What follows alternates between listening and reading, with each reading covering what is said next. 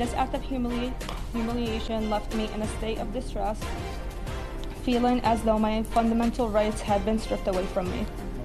New at 6 o'clock, a Muslim woman says she was forced to remove her hijab by Philadelphia police.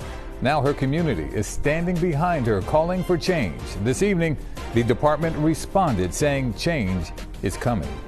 Good evening, everyone. I'm Yuki Washington. The woman was detained by Philadelphia police after an incident at Temple University late last month.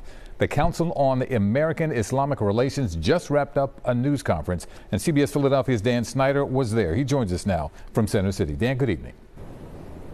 Good evening, Yuki. Jahara Shama says she was held by Philadelphia police for around 20 hours without access to her religious headwear. Now she and members of CARE, they're demanding answers from the department. Shama said, and several others were arrested while protesting the war in Gaza at Temple Student Center last Thursday. When she was detained by Philadelphia police, she had an officer remove her hijab. She said an officer removed her hijab and undercap. It's something she and officials at CARE called a, quote, serious defilement of her religious beliefs and practices. This act of humiliation left me in a state of distress, feeling as though my fundamental rights had been stripped away from me. We do want to work towards a change in these policies so that going forward, Muslim women don't have to experience this, and we are more than willing to collaborate and work with whatever agency, police department, university, that is willing to listen to us, because this is something that deeply violates our religious beliefs. Now, in a statement, Philadelphia police said their current policy does not specifically regard the wearing of religious garb.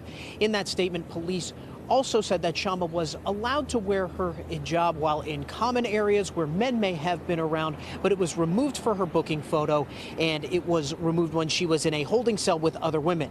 PPD's statement went on to say, in part, quote, "We recognize that our policies need to evolve to better respect and accommodate religious practices.